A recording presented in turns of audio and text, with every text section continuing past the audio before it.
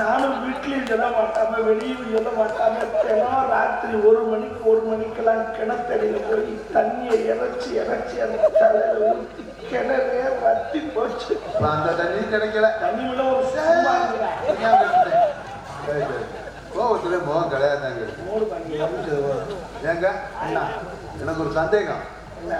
அம்மன் கோவில்ல உள்ள அம்மன் சிலை மாதிரியே இருக்கீங்க, இவ்வளவு அழகா இருக்கு. உங்களை பக்கத்துல வச்சுக்கிட்டா மாதிரி இல்ல, அம்மனே இறங்கி வந்த மாதிரி இருக்கு. ஆமா, இவ்வளவு அழகா இருக்கு. உங்களை பக்கத்துல வச்சுக்கிட்டா நம்மளால தண்ணியை போட்டு குப்பரை வச்சு படுத்துருக்காங்க. நான் ஜனமாக வந்து என்ன பண்ணேன், ஏன் மணியாக்குற பூசாரி ஒழுங்கு ஆட்டம் இல்லை. அப்படியே மணியை கையில் பிடிச்சிட்டு மணியில் படுத்துட்டானா மதுராவெல்லாம் மணியில நாக்கு வேற இல்லை தெரியல. அப்புறம் எப்படி சத்தம் வரும்?